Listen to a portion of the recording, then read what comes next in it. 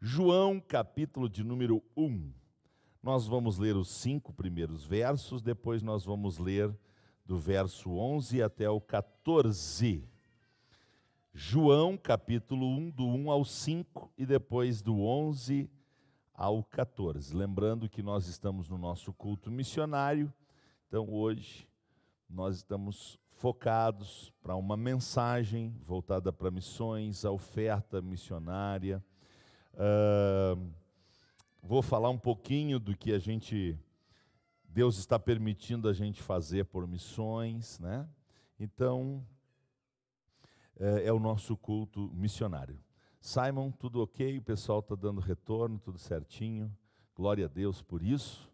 Hoje de manhã foi um verdadeiro milagre, né? Porque nós fizemos um culto aqui em meio a trovoadas, relâmpagos, chuvarada.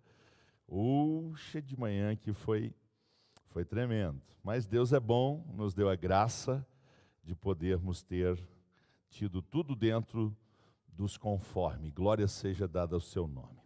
Evangelho de João, capítulo 1, verso 1, diz assim: no princípio era o Verbo, e o Verbo estava com Deus, e o Verbo era Deus.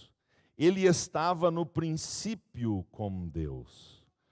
Todas as coisas foram feitas por Ele, e sem Ele, nada do que foi feito se fez. Nele estava a vida, e a vida era a luz dos homens. E a luz resplandece nas trevas, e as trevas não a compreenderam. Verso 11, veio para o que era seu, os seus não o receberam, mas a todos quantos o receberam, deu-lhes o poder de serem feitos filhos de Deus, aos que creem no seu nome, os quais não nasceram do sangue, nem da vontade da carne, nem da vontade do varão, mas de Deus. E o Verbo se fez carne e habitou entre nós, e vimos a sua glória, como a glória do unigênito do Pai, cheio de graça e de verdade. Quantos podem dizer amém? Querido Pai, Tua palavra acaba de ser lida, Tua palavra é santa, Tua palavra é desejada, Tua palavra é amada, Tua palavra, Senhor, tem uma capacidade extraordinária de transformação, de mudança, e por isso que ela é apta para discernir as intenções e os pensamentos do coração. Obrigado, Pai. Obrigado, Pai, pela Tua palavra que acaba de ser lida. Ela é fundamental para a vida da igreja. Ela é fundamental para as nações. A Tua palavra permanece para sempre no céu, ó Deus. E por esta palavra, mais uma vez, nós queremos ser tocados por Ti.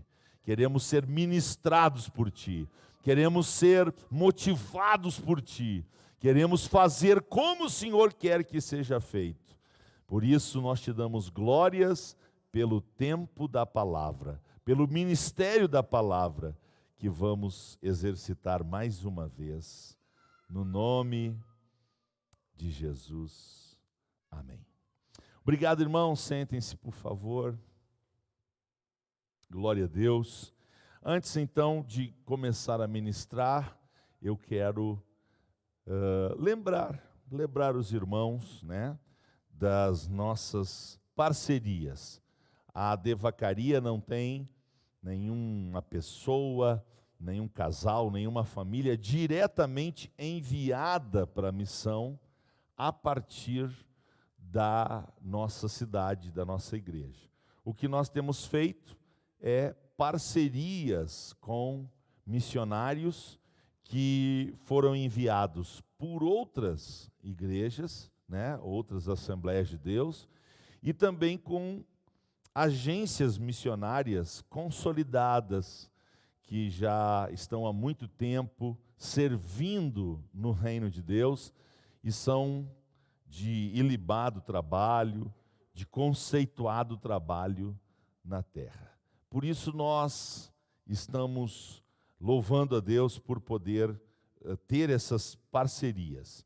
É o caso da nossa parceria com um missionário cristiano lá no Uruguai, o missionário Peniel na Bolívia, o missionário Douglas no Cabo Verde, o missionário Albari em Angola.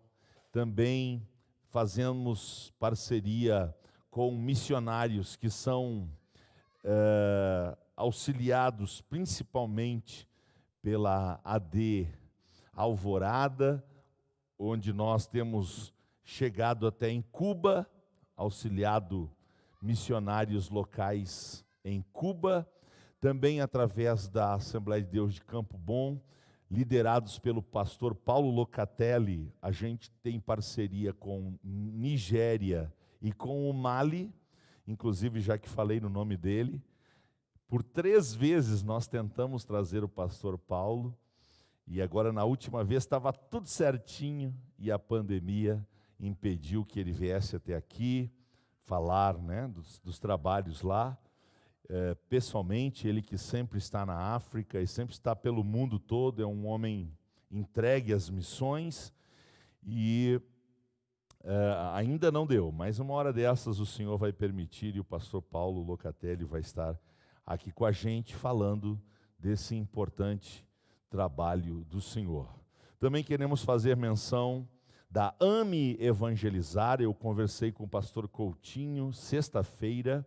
Ele acaba de colocar mais 1 milhão de livros no Rio Grande do Sul, e agora precisa dar suporte a essas igrejas, treinamento a essas igrejas, e está fazendo um trabalho relevante no nosso estado, em várias regiões, e nós louvamos a Deus pela missão Ame Evangelizar, pela vida do pastor José Bernardo, que é o fundador, é o idealizador desse projeto, dessa missão, e vamos orar por ele, né? Ele é um homem diabético e está no grupo de risco, está em casa, não pode sair, então está trabalhando por conferências online.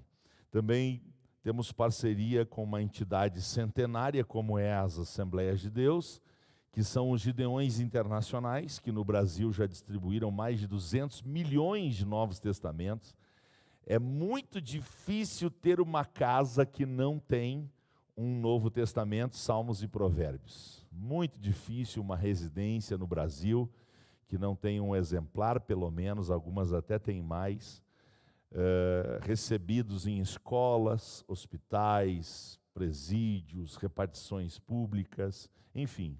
Então nós louvamos a Deus por poder ter parceria com Gideões Internacionais. Inclusive temos o nosso vice-presidente, que com a sua esposa são Gideões, né? São Gideões, e estamos recrutando também mais um casal da igreja, para que eles sejam também Gideões, e fazer parte desse projeto é muito bom. Também temos parceria com a Missão Portas Abertas, uma missão também que há muitas décadas ajuda, assiste os missionários, assiste os irmãos, e o foco da Missão Portas Abertas é servir a igreja perseguida. E são mais de 200 milhões de irmãos que estão sofrendo perseguição no mundo hoje. A perseguição está aumentando, irmãos. A perseguição está aumentando. E nós precisamos orar sobre isto, porque, claro que é um cumprimento da palavra do Senhor, é mais um grande sinal da volta de Jesus, mas a gente precisa orar pelos nossos irmãos que sofrem perseguição, tortura, prisão, morte, por causa do nome de Jesus, e fazer parceria, ser parceiro com a Missão Portas Abertas, é uma honra, é uma bênção para a igreja. E eu conversava com o Felipe de manhã, estava tudo certo para realizar o DIP no mês de maio, aí foi transferido para 14 de setembro, e eu estava dizendo, Felipe, olha Felipe, eu não sei se eles não vão ter que transferir de novo, ou fazer via online, né? Ou fazer via online. Então, essa é a realidade, mas louvado seja Deus pela vida do irmão André, por todos os correspondentes internacionais, locais, né, que servem a missão Portas Abertas e, obviamente, por tudo que eles têm feito por esse trabalho tão importante. Me ajudem aí, esqueci de alguém? Esqueci de alguém, me ajudem. Como? Ah, ok.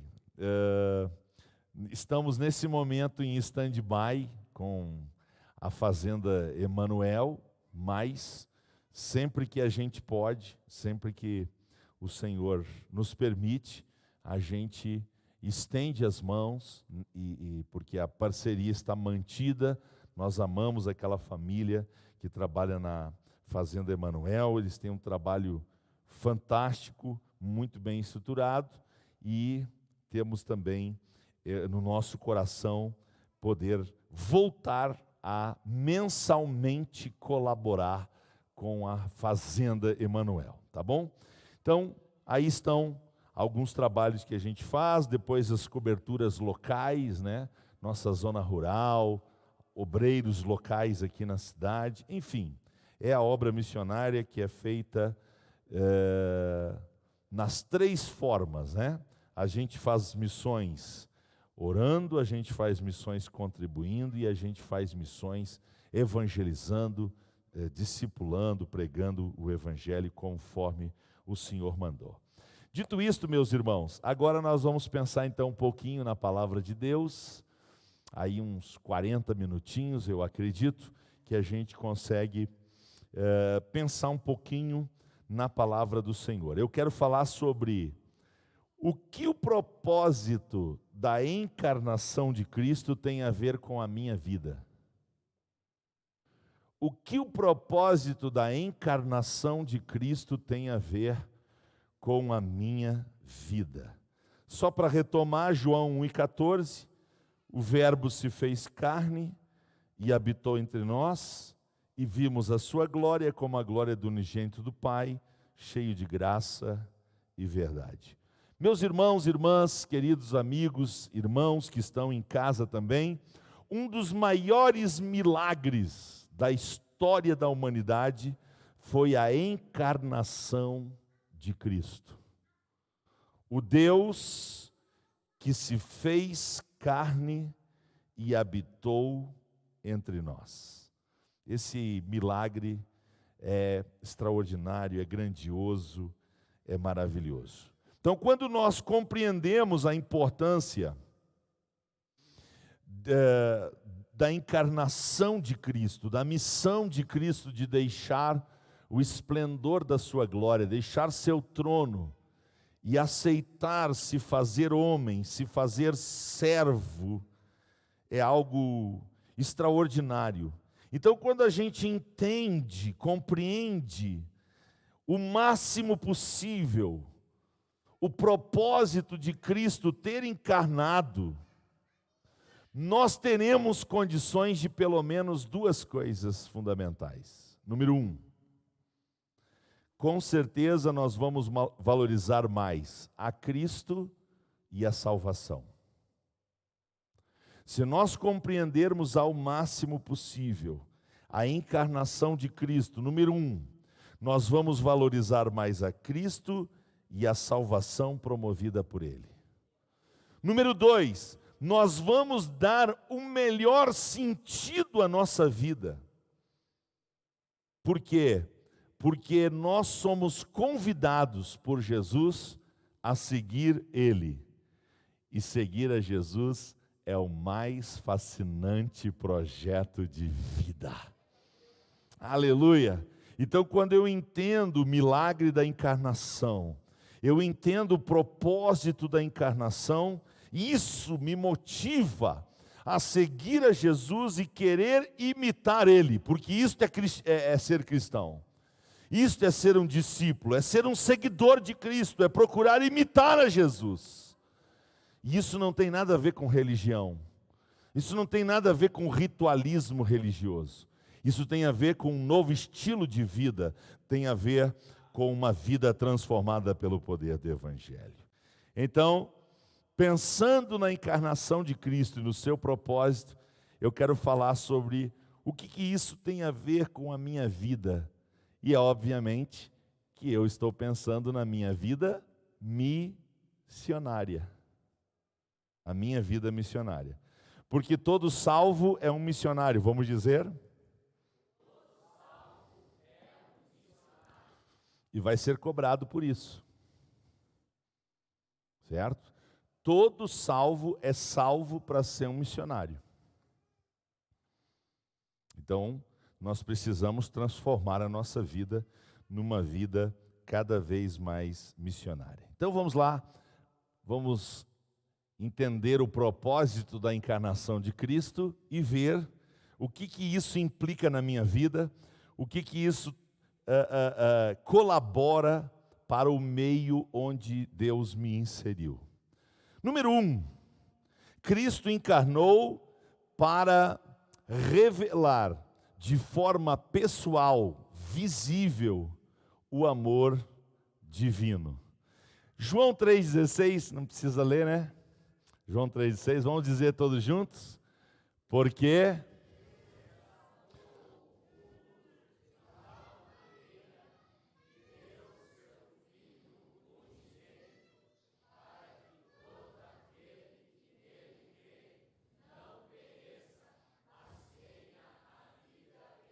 quando o Pai decide dar o seu Filho, e isto fala de um presente, o melhor presente que alguém pode receber, viu?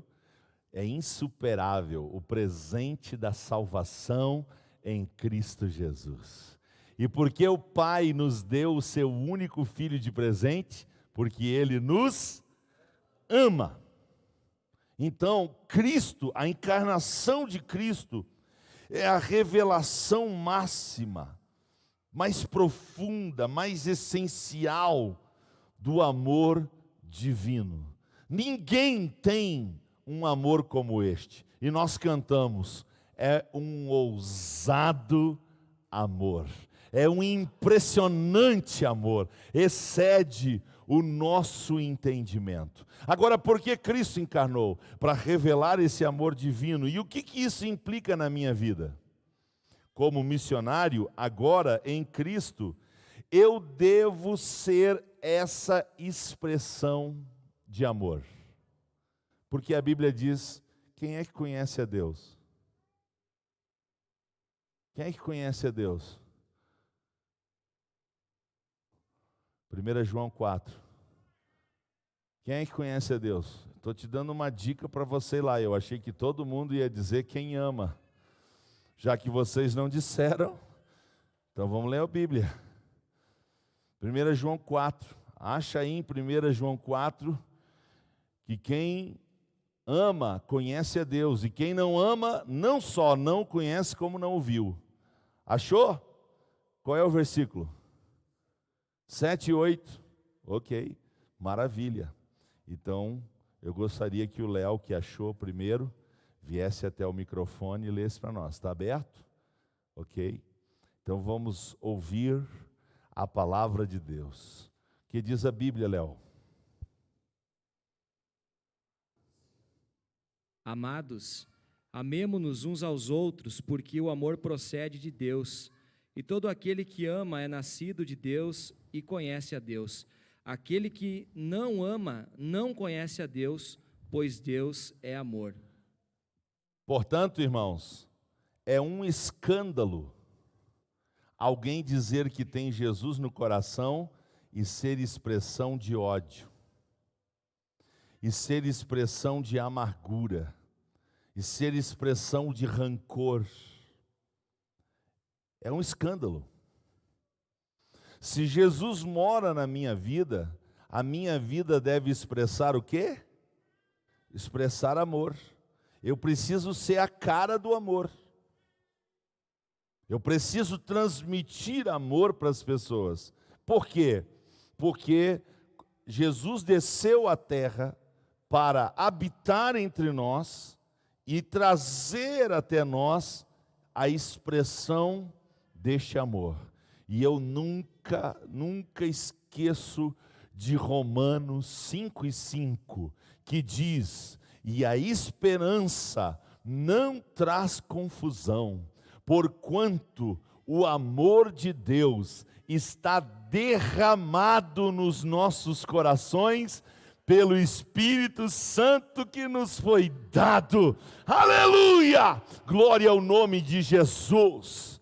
Qual é a implicação da encarnação de Cristo na minha vida? É que Cristo vem morar em mim para arrancar todo rancor, toda amargura, todo ódio, toda perturbação e encher a minha vida do amor de Deus. Para quê? Para que eu ame a Deus sobre tudo e sobre todos e ao meu próximo como Jesus Cristo me amou. Bendito seja o nome do Senhor. Você conhece um crente rancoroso? Você conhece um crente cheio de mágoa? Você conhece um crente azedo? Pois saiba que você está diante de um religioso. Religiosos não conseguem expressar o amor de Cristo, mas quem por ele foi transformado e foi feito morada dele, aleluia, essa pessoa expressa amor. A sua vida é uma expressão de amor? Se é, você está cumprindo a sua missão. Número 2, a encarnação de Cristo, ela foi executada em obediência por Jesus, para cumprir a vontade de Deus. Quem lê para nós, por favor, João 6,38. Quem lê para nós, João capítulo 6, versículo de número 38. Glória a Deus, glória a Deus. João 6, verso 38. Quem lê para a gente? Benhu, faz favor, lê aí esse versículo. Aleluia. João 6,38. Porque eu desci do céu não para fazer a minha vontade, mas a vontade daquele que me enviou. Amém, meus irmãos? Jesus encarnou, ele tomou a forma humana, em obediência à vontade do Pai. Enviar Jesus foi uma iniciativa do Pai. Foi uma decisão do Pai. Eu vou dar o meu filho em preço de resgate, em preço de redenção. E Satanás não teve como não aceitar, porque o sacrifício de Jesus foi perfeito.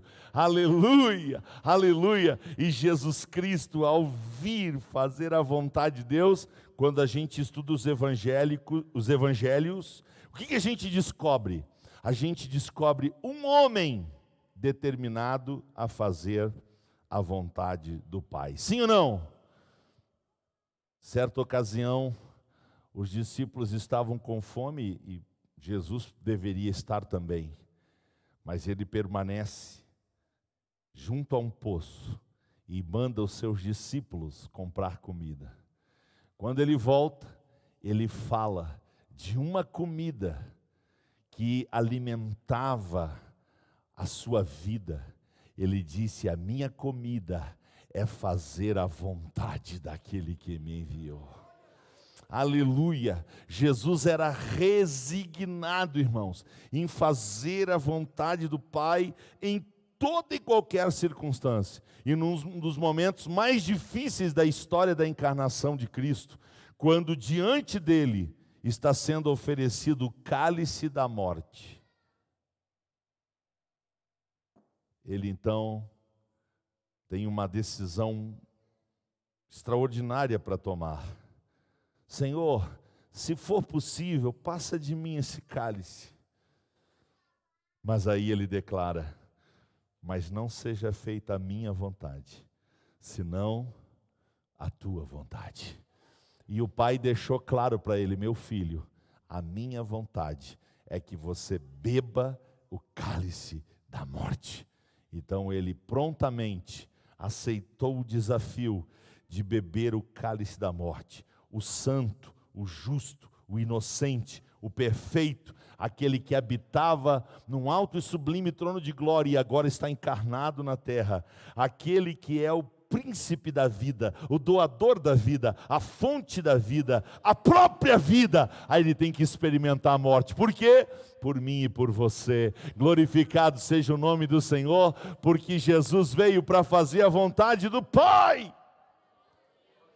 O que isso tem a ver com a minha vida? O que isso implica na minha vida? É que o exemplo de Jesus tem que me constranger a fazer, senão a vontade de Deus.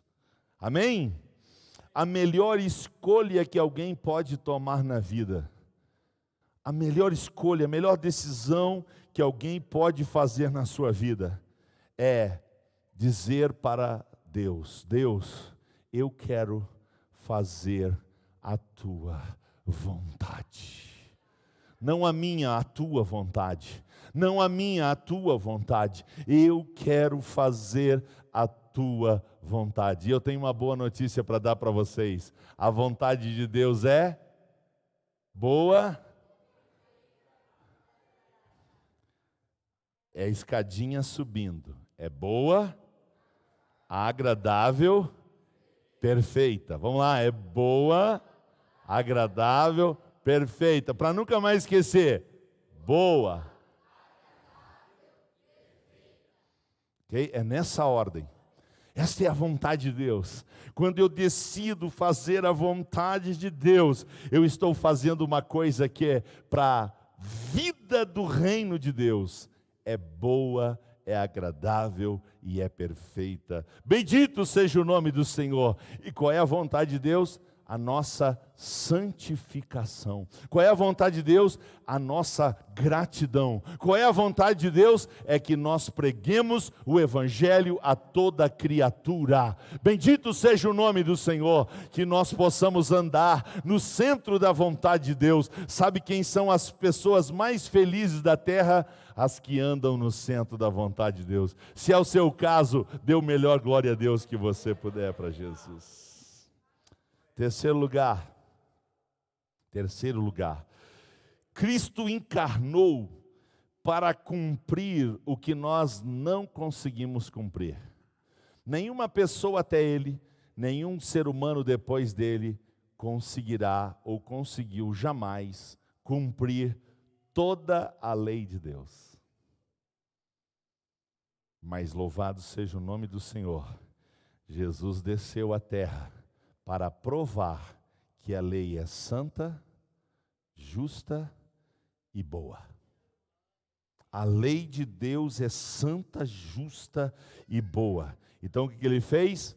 Gálatas capítulo 4, 4 e 5. E o mesmo que ler, ou a mesma, por favor, Mateus 5, 17.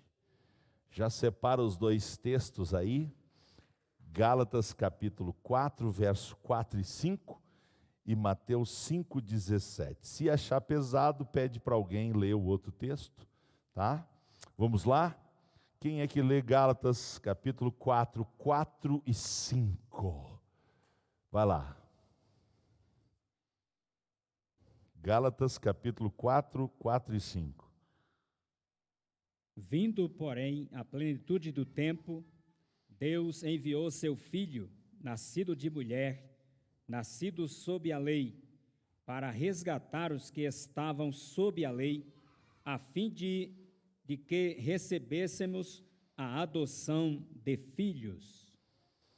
Mateus 5,17. Não penseis que vim revogar a lei ou os profetas. Não vim para revogar, mas para cumprir. Glória a Deus. Sabe o que Jesus fez? Ao encarnar na forma humana, ele cumpre toda a lei. E ao cumprir toda a lei, ele nos livra da maldição da lei. Porque a lei declarou: a alma que pecar, essa morrerá. Mas Jesus vem, ele não desobedece nada da lei, nada, ele obedece tudo da lei. E porque ele obedece tudo da lei, ele morre em nosso lugar e ele leva sobre ele a nossa maldição. Para quê? Para que agora em Cristo Jesus o nosso relacionamento com a lei seja de aperfeiçoamento.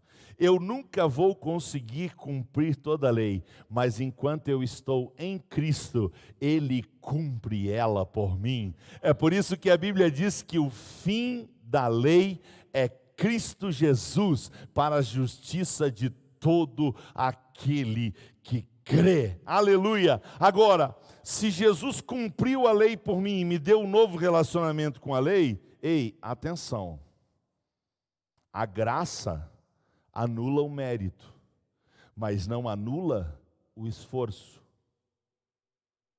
Então eu não devo desprezar a lei, eu não devo viver sem lei, mas eu devo me submeter à lei de Cristo. E na lei de Cristo eu posso matar, eu posso roubar, eu posso cobiçar, eu posso adulterar? Não!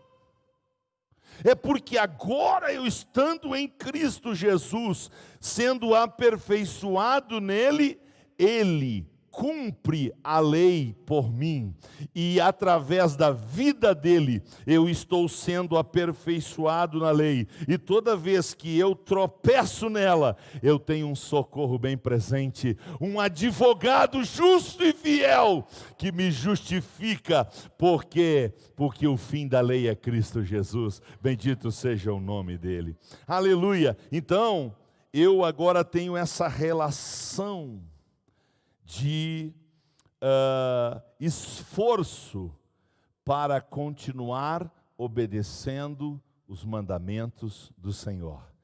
E qual é um dos maiores mandamentos do Senhor para a igreja? Pregar o Evangelho, anunciar Cristo para o mundo. Ide por todo o mundo, pregai o Evangelho ide a todas as nações e fazei. Então, agora nós temos esse mandamento, nós temos essa lei, a lei de Cristo, esta ordem de Cristo. E nele eu posso cumprir esta lei, porque Ele me aperfeiçoa através da sua obediência, através da sua perfeição, glorificado seja o nome do Senhor. Vamos para o quarto propósito da encarnação de Cristo, que tem implicações na minha vida. Jesus desceu à terra, Ele encarnou, tomou a forma humana, sabe para quê? Para revelar a verdade absoluta do reino dos céus. Quem lê para a gente, por favor, João 18:37. João 18:37, alguém por favor leia para nós. Jesus encarnou para revelar a verdade absoluta do reino dos céus. João 18:37, por gentileza, irmão Jorge. Disse-lhe, pois, Pilatos: logo tu és rei?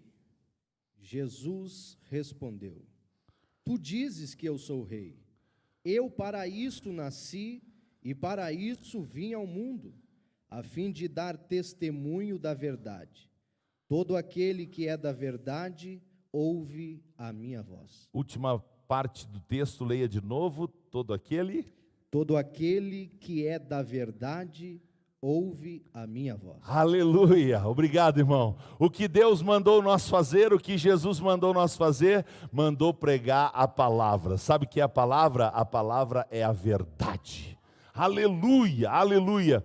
E todo aquele que é da verdade vai ouvir a nossa voz e vai querer conhecer mais de Jesus. Pode ter certeza, isso não aconteceu com você? Isso não aconteceu, aconteceu comigo. Aconteceu comigo. Assim como Jesus veio para dar testemunho da verdade, uma vez uma testemunha de Jesus se encontrou comigo e começou a pregar a verdade de Jesus, a verdade de Jesus, a verdade de Jesus, a verdade de Jesus. E eu fui despertado a esta verdade e agora eu amo esta verdade. Eu prego esta verdade, eu ando nesta verdade, eu tenho certeza que esta verdade é absoluta. Louvado seja o nome do Senhor. Então, meus irmãos, o que é a verdade absoluta que está em Jesus Cristo tem implicação na minha vida?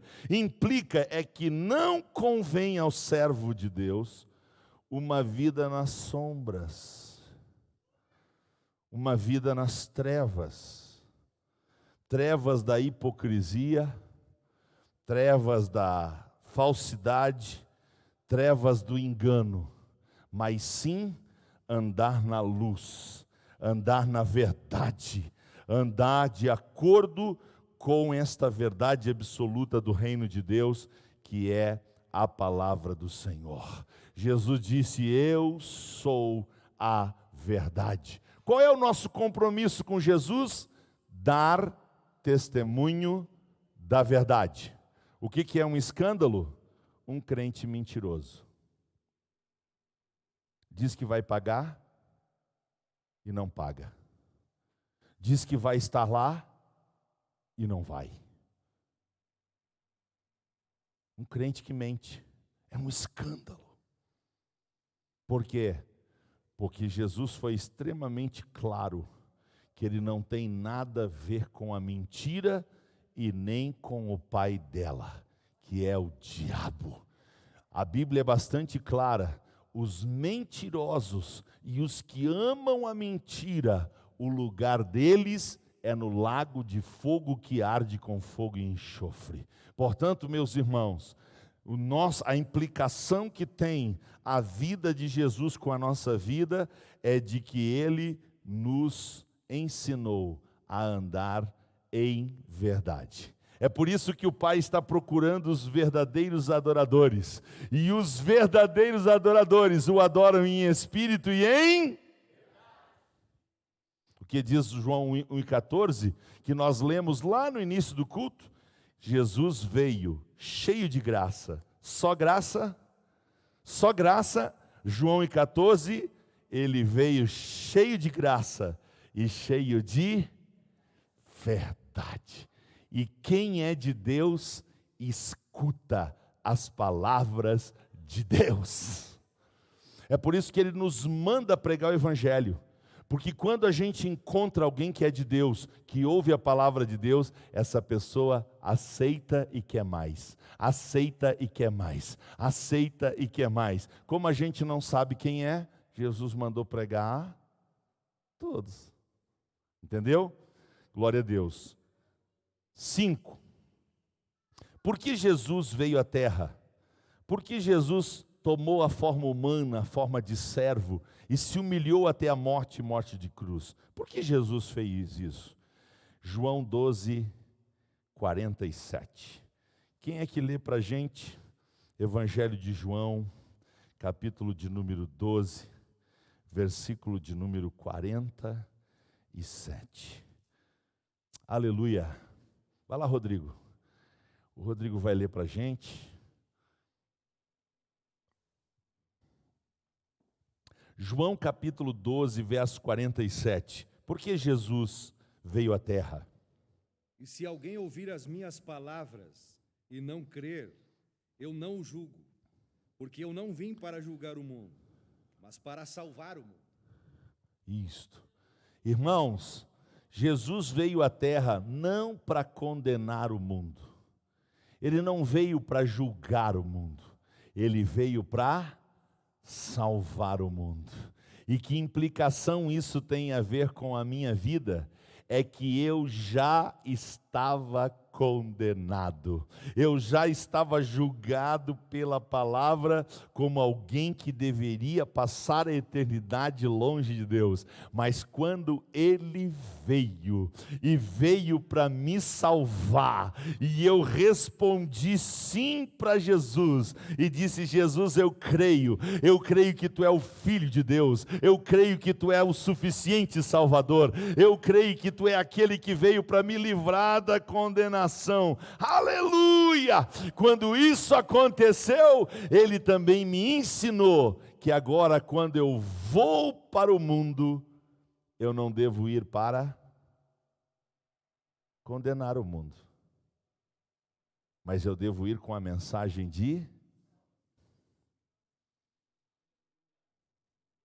Irmãos, um crente que só sabe condenar e julgar os outros, e ainda colocar a chave lá no mar do esquecimento, esse crente é um escândalo. Está prestando um desserviço ao reino de Deus, porque Jesus mandou nós pregar a salvação. O evangelho significa boas novas de salvação. Então, quando eu entendo que Jesus não veio para me condenar, mas Ele veio para me salvar, e eu tomo posse da salvação dEle, agora Ele me manda: agora que você é salvo, não é mais condenado, vá pregar a salvação.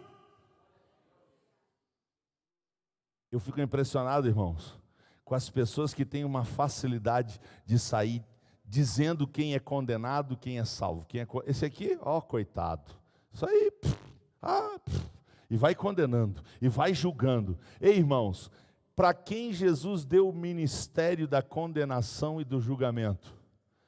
Para quem? Qual crente que recebeu esse ministério de Jesus? De condenar e de julgar? Se o próprio Jesus disse que não veio julgar, mas veio para salvar, como é que nós vamos sair por aí agora condenando todo mundo? Você conhece religiosos que têm um prazer de condenar, só porque não tem o cabelo do mesmo comprimento que o dela, só porque usa isso, usa aquilo, não deixou aquilo lá, não deixou aquilo ali, aí sai condenando. Ó, coitado, ó, coitada, vai para o inferno, e fala com prazer. Ei, meus irmãos, sabe o que a Bíblia diz? Que Ele não tem prazer na morte do ímpio. Deus quer que todos venham ao conhecimento da verdade. Ele quer que as pessoas se convertam. Então, quando eu saio para pregar o Evangelho, eu tenho que pregar o Evangelho, e o Evangelho é boas novas de salvação. E se a pessoa rejeitar as boas novas de salvação, o problema é nosso? Não, ela só vai continuar como ela já está. O que ela está? Condenada. Você não precisa condenar quem está condenado. Ô, meu irmão, ei, alô?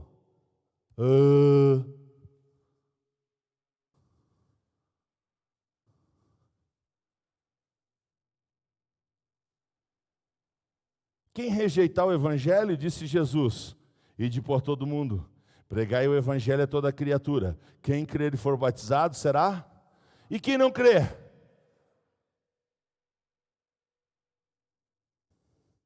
Aí você vai ficar se metendo a julgar os outros, a condenar os outros, para quê?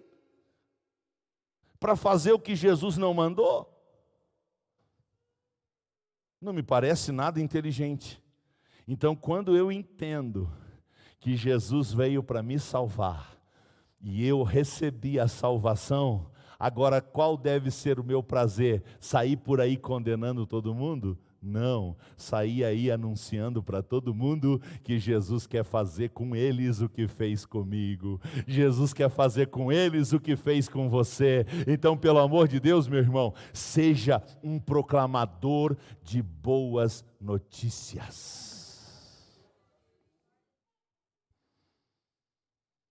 Versículo 6 é uma sequência do 5.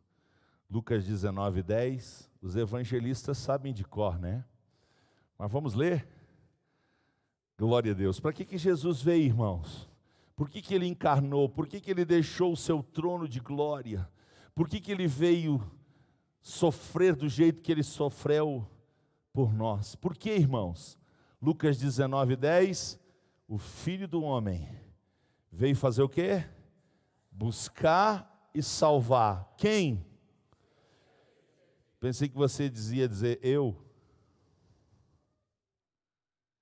Quem é que Ele veio salvar e buscar? Eu. Se tem alguém que estava perdidão nesse mundo, mas, sabe, pense num perdido, pensou? Multiplique. Perdido.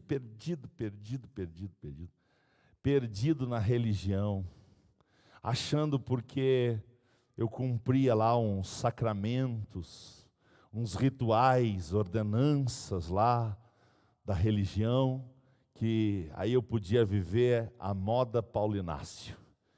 Que no final das contas eu ia chegar diante do bom velhinho e ele ia ser meu faixa e ele vai dizer: tu não presta, mas eu vou te salvar assim mesmo.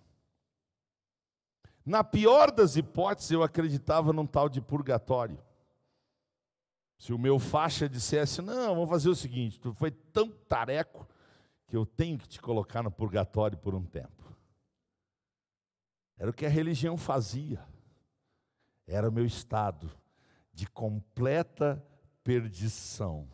Mas quando eu entendi, aleluia, que por mais religioso, mais trabalhador, mais caridoso que seja uma pessoa, sem Jesus, esta pessoa está completamente perdida.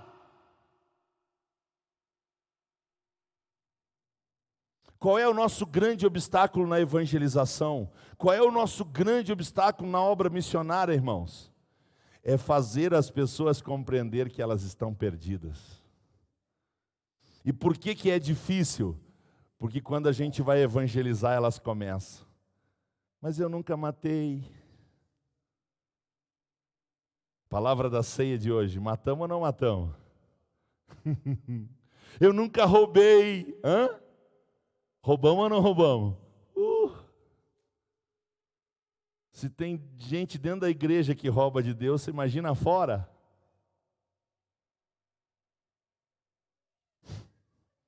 Certo? Nunca matei, nunca roubei, eu sou trabalhador, eu sou caridoso, de vez em quando até faço boas obras. Adianta isso, irmãos? Se adiantasse isso, jamais Jesus teria deixado o trono da sua glória para vir aqui. Sabe por que Ele veio? Porque nós estávamos perdidos, mas nós fomos encontrados pela graça, pela misericórdia de Jesus. O que isso deve implicar agora é de que um ex-perdido deve pregar aos perdidos que Jesus quer salvá-los e encontrá-los. Esta é a nossa missão. Quem quer fazer isso com amor e alegria? Quem quer fazer isso com amor e alegria? Então, quando você for pregar o evangelho, não dá uma de bonzão. Não passa a ideia de que você é o santão. Quando você vai evangelizar, diz: olha, eu era pior que você. Trapo velho nas mãos de Satanás, escravo. Mas Jesus transformou a minha vida e quer transformar a tua. Para nós ser ex-perdido e virar salvo na presença de Deus. Ei, é bom ser salvo, é bom ser salvo. É bom ter Jesus, é bom ser templo do Espírito Santo. Eu fico impressionado como é que uma pessoa que diz que tem Jesus e é templo do Espírito Santo e se sente tentado por essas bolotas de porcos de Satanás. Eu fico admirado com essas pessoas. Elas dizem que tem Jesus, são templo do Espírito Santo, mas elas são tentadas aí a este mundo de ilusão, de perdição.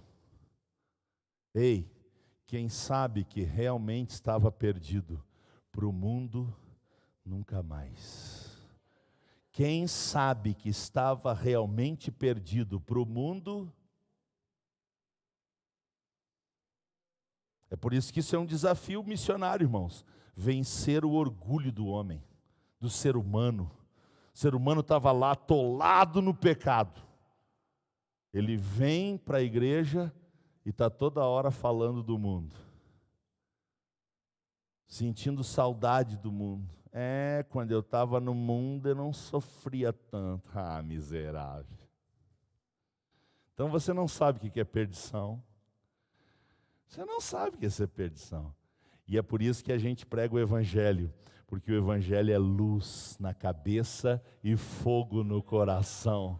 E quando a gente entende a posição que nós estávamos antes e a posição que nós estamos agora em Cristo Jesus, nós sabemos que quando formos pregar o Evangelho, é simplesmente um ex-perdido pregando para alguém que precisa sair da perdição. Amém? É um pecador anunciando para outro pecador que Cristo quer salvá-lo. Se você entende isso, louve ao Senhor. Em sétimo lugar, vamos ler Mateus 9,13. Por que Jesus veio à terra? Por que ele deixou o seu trono de glória? Por que ele veio tomar a forma humana, encarnar? Mateus 9,13, quem lê para nós? Por favor, irmão Ailton, Mateus 9:13. Por que ele fez isso?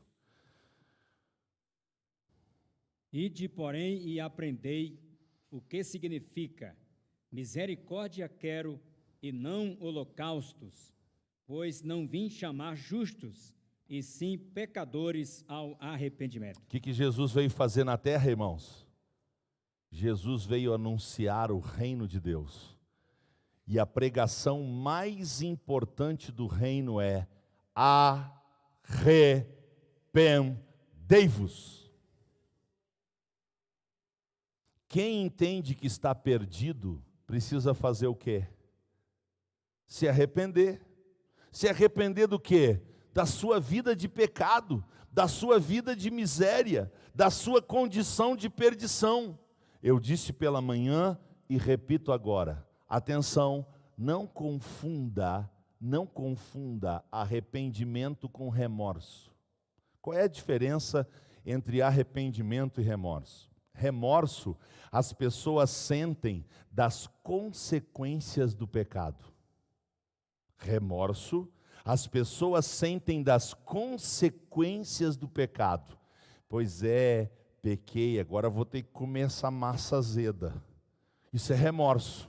Ela está dizendo, puxa, se eu não tivesse pecado, eu não ia comer essa massa azeda. Mas como eu pequei, vou ter que comer essa massa azeda. Isso é remorso. O que é arrependimento? Arrependimento é entender que Deus odeia o pecado, que Deus tem nojo do pecado e que Ele quer que eu abandone o pecado. Então o que eu faço? Eu me arrependo do pecado. Eu vou ter que dar uma explicação teológica para o que eu disse agora. Preste atenção, preste atenção. Até porque, se você não entender isso, você vai dizer o seguinte: só Jesus tem poder para perdoar pecados. Se você não entender o que eu vou explicar agora, você vai dizer que só Jesus tem poder para perdoar pecados. Isso é errado. Só Jesus tem poder para perdoar o pecado. Que pecado é esse? É o pecado que nós herdamos de Adão. É o pecado que transforma todas as pessoas em condenadas, perdidas e sem salvação. O pecado original, o pecado que vem desde o jardim do Éden. O pecado. Eu preciso me livrar desse pecado. Esse pecado eu não posso me auto-perdoar. Esse pecado eu não posso perdoar de ninguém. Só Jesus pode perdoar esse pecado. Agora, os pecados, eu não só devo perdoar, como eu também devo pedir perdão dos meus. Você entendeu? Porque quando eu digo que só Jesus pode perdoar pecados, sabe o que eu estou dizendo? que eu não preciso perdoar pecados. Ei, eu não preciso? Se eu não perdoar os pecados, o que Jesus disse? Que eu não sou salvo. Mateus 12:15. Se eu não perdoar quem pecou contra mim, o Pai também não me perdoará os meus pecados. Então entendamos, vamos a 1 João 1:8, e eu vou concluir aqui a explicação teológica. 1 João, eu vou ler aqui, para a gente ganhar tempo. 1 João, versículo 8. Se dissermos que não temos pecados ou pecado? Pecados ou pecado? Por que não é pecados, se a gente tem uma montoeira? Porque dentro da teologia, dentro do estudo da doutrina do pecado, a gente tem que entender que existe o pecado e existe os pecados. Os pecados, enquanto eu estiver nesse corpo, por mais santo que eu seja, eu vou continuar praticando. O que eu não posso ter na minha vida? Eu não posso ter o pecado. O pecado só Jesus pode perdoar. Certo? Então está escrito: se dissermos que não temos pecado, enganamo-nos a nós mesmos e não há verdade em nós. Irmãos, o pecado todos os seres humanos têm. O que diz a Bíblia? Quantos pecaram? Quantos pecaram? Então não é uma questão de quem peca mais ou quem peca menos. Se cometeu o pecado, já está condenado, já está perdido. E eu pergunto, quem já não nasce com o pecado? Ninguém. Todo mundo nasce com o pecado. Então nós somos todos condenados. Aí Jesus vem e Ele se oferece para perdoar o pecado. Agora, a gente perdoado do pecado, a gente nunca mais vai pecar? Se você acreditar nisso, sabe o que vai acontecer com você? Você vai viver frustrado, porque a gente peca. Peca ou não peca? Aí de você que disser que não, porque se você disser que não, você já está mentindo. Então, se eu pecar contra ti, eu devo te pedir perdão. E se tu pecar contra mim, tu deve perdoar. E eu tenho poder para perdoar pecados? Tenho. Eu não só tenho poder, como eu devo. Agora, eu não tenho poder para perdoar o pecado. Quantos entendem isso, por favor? Deixa eu ver. Deixa eu ver. Muito bem. Então, nunca diga que você não tem poder para perdoar pecado, porque quem perdoa pecado é só Deus. Quem fala isso, fala em brutal ignorância bíblica. Certo? É por isso que a gente tem que estudar a palavra de Deus. Certo? Deus tem poder para perdoar o pecado e os pecados. E nós temos o poder para perdoar só os pecados. Nós não temos poder para perdoar o pecado. O pecado, só Jesus. E quem foi liberto do pecado aí, pode dar um glória a Deus? Aleluia! E toda vez que você precisar, perdoe e peça perdão. Perdoe e peça perdão, porque eu e você podemos perdoar também. E perdoar é nobre, é digno, é maravilhoso. Oh, aleluia! Aleluia. Vamos para o 8º. Rapaz, terminou a hora e eu estou no 8 ainda. Vamos lá. 8º. Jesus. Deixa eu pensar aqui se eu não vou pular esse negócio. Acho que sim, já é 8h25.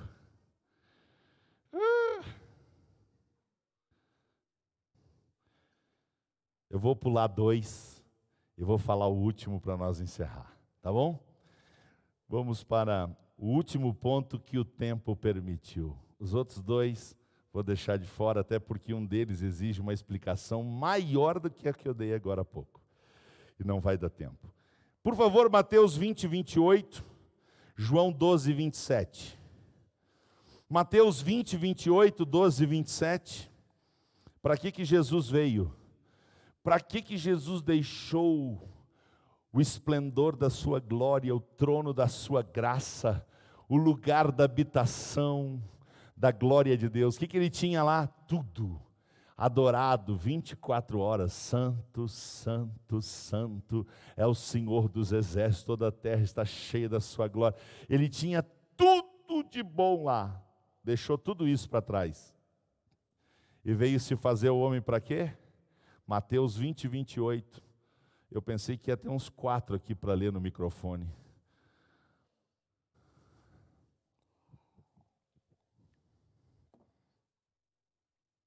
O que diz aí, Benhur? Mateus 20, 28. Bem como o Filho do Homem não veio para ser servido, mas para servir e para dar a sua vida em resgate de muitos. Fica aí que tu já vai ler João 12, 27. Que foi que acabamos de ouvir? Jesus não veio para ser servido, mas ele veio para... Ei, o que isso implica na minha vida? Vamos ler João 12, 27, por favor, irmão. Agora a minha alma está perturbada, e que direi eu? Pai, salva-me desta hora. Mas para isso vim a esta hora.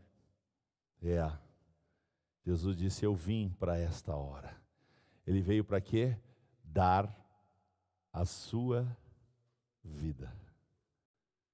Irmãos, todo mundo conhece João 3,16, sim ou não? Por favor, sem abrir a Bíblia, de cor, 1 João 3,16 ali no microfone. Sem abrir a Bíblia, estou olhando. 1 João 3,16, todo mundo sabe de cor João 3,16. Que maravilha, é o que Deus faz, aí nós estamos tudo de cabeça no João 3,16. 1 João 3,16, para ir no microfone e dizer de cor. Tempo.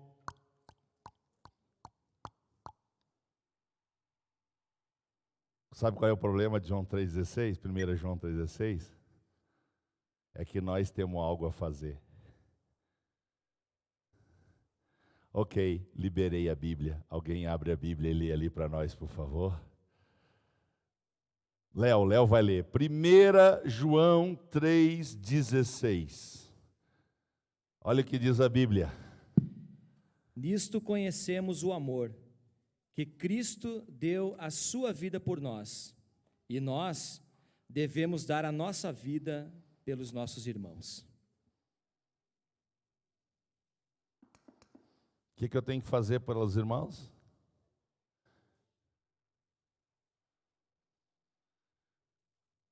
Quem não consegue nem servir,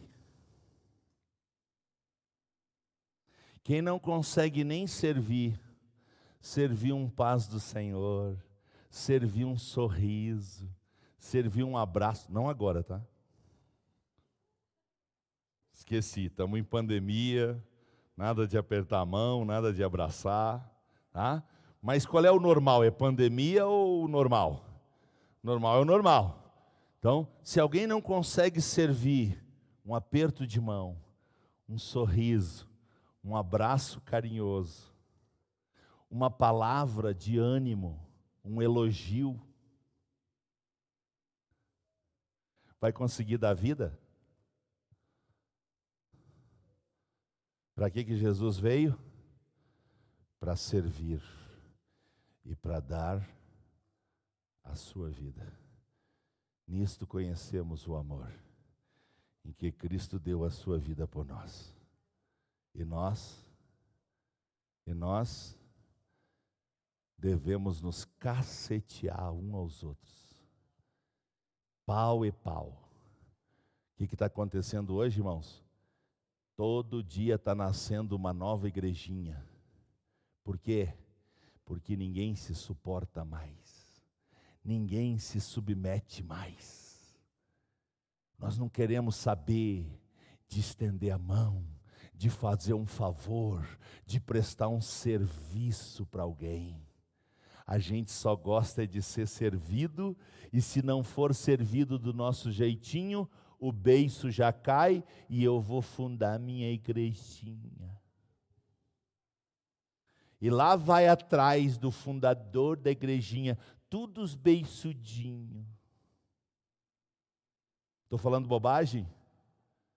Irmãos, nós estamos vivendo isso, mas Ele veio, sabe para quê? Para servir e para dar a sua vida. Você está entendendo o nó que eu estou dando na religião? Eu estou falando hebraico para a religião. Eu estou falando árabe para os religiosos. Porque tem gente que não consegue te olhar nos olhos. Tem gente que não consegue te estender a mão para te dar a paz do Senhor. Tem gente que não consegue dar um elogio, elogiozinho. Não consegue dizer muito obrigado. Aí essa pessoa vai conseguir morrer por ti?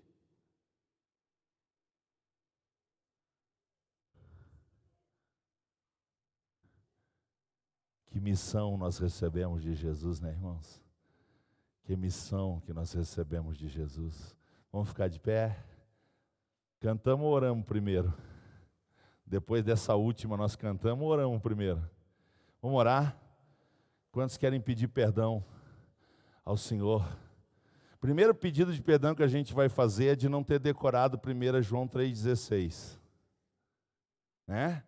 É bom João 3,16, né? Deus amou o mundo, Ele amou, Ele deu, Ele. Papai, eu tenho que fazer alguma coisa? Então estou fora. Venha a mim, somente a mim. Está assim nas igrejas, irmãos. Você tem que receber, você tem que receber. Receba. Você tem que receber. Ei. Jesus nos chamou para receber ou para dar? E dá o quê? Só a vida. Só a vida.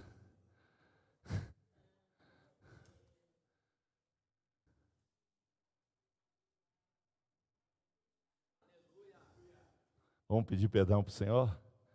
Pai, limpa-nos da religiosidade, purifica-nos da religiosidade, porque nós queremos experimentar o verdadeiro sentido de servir os outros. Servir os outros. O que eu posso fazer para te ajudar? O que eu posso fazer para tornar a tua vida melhor?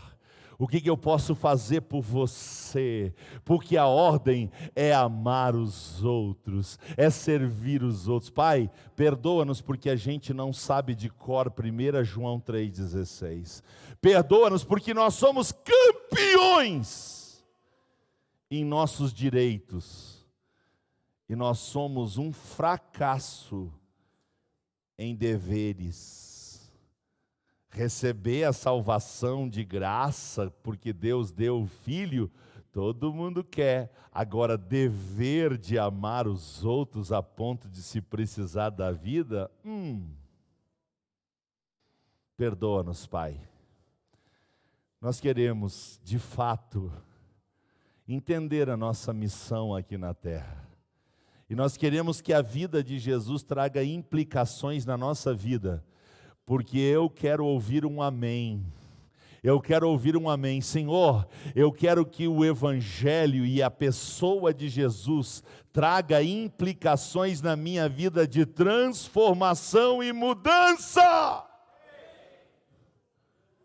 Evangelho sem transformação, Pai, evangelho sem mudança é religiosidade. E eu não quero ser religioso, eu quero ser discípulo. Eu não quero ser religioso, eu quero ser um cristão de verdade. Eu não quero, Senhor, parecer, eu quero ser salvo e cidadão do céu. Quem quer ser, louve ao Senhor. Quem quer ser, louve ao Senhor. Então diga para Ele, me ajuda, Pai, a cumprir a minha missão. Me ajuda a cumprir a minha missão. Me ajuda a cumprir a minha missão. Vamos louvar o Senhor em nome de Jesus. Aleluia! Daramandoro rossuri calabashia alabacia lamandoro. Amanheceu, nada pesquei. Meu Deus! Parecia ser apenas mais um dia como qualquer outro. Estava cansado, sem forças, desanimado, decidida a largar tudo e parar. Deus conhece tua estrutura, sabe o que está fazendo, e mesmo que seja difícil, não pares, Ele está vendo. Colheu todas suas lágrimas e mandou eu te falar. Pegue o que Ele te entregou e volte para o mar, que é o seu lugar. Quem mandou largar a rede? Quem mandou você parar? Volte para o mar alto, no lugar da tua vergonha eu vou te honrar. Aleluia! Quem mandou largar a rede? Quem mandou você parar? Volte para o mar alto, no lugar da tua vergonha eu vou te honrar. Filho, eu vou te honrar. Ele não desiste de você. Ele não desiste de você. Não desista dele. Não desista do seu amor, da sua graça. Você vai dar certo. Você vai dar certo. Deus conhece tua estrutura, sabe o que está fazendo.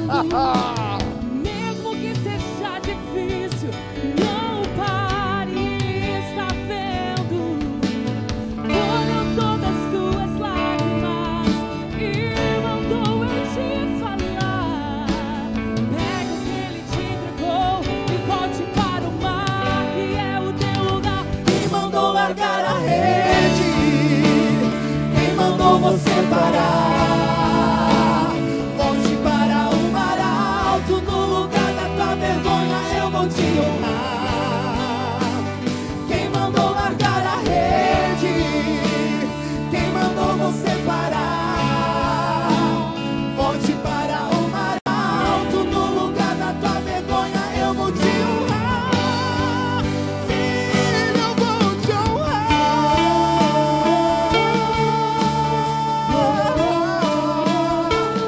Oh, filho, a noite já passou, a tua hora chegou. Pegue a tua rede e volte para o mar. Vou te esperar no mar. Nada de parar. Deus contemplou o seu caminhar. Eu sei, é difícil prosseguir quando tudo lhe faltar. Esse cenário vai mudar. A tua hora chegará. Há um tempo pra tudo.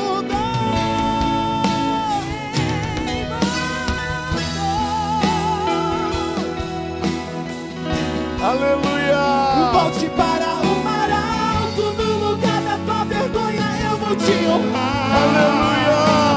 Quem mandou largar a rede? Quem mandou você parar?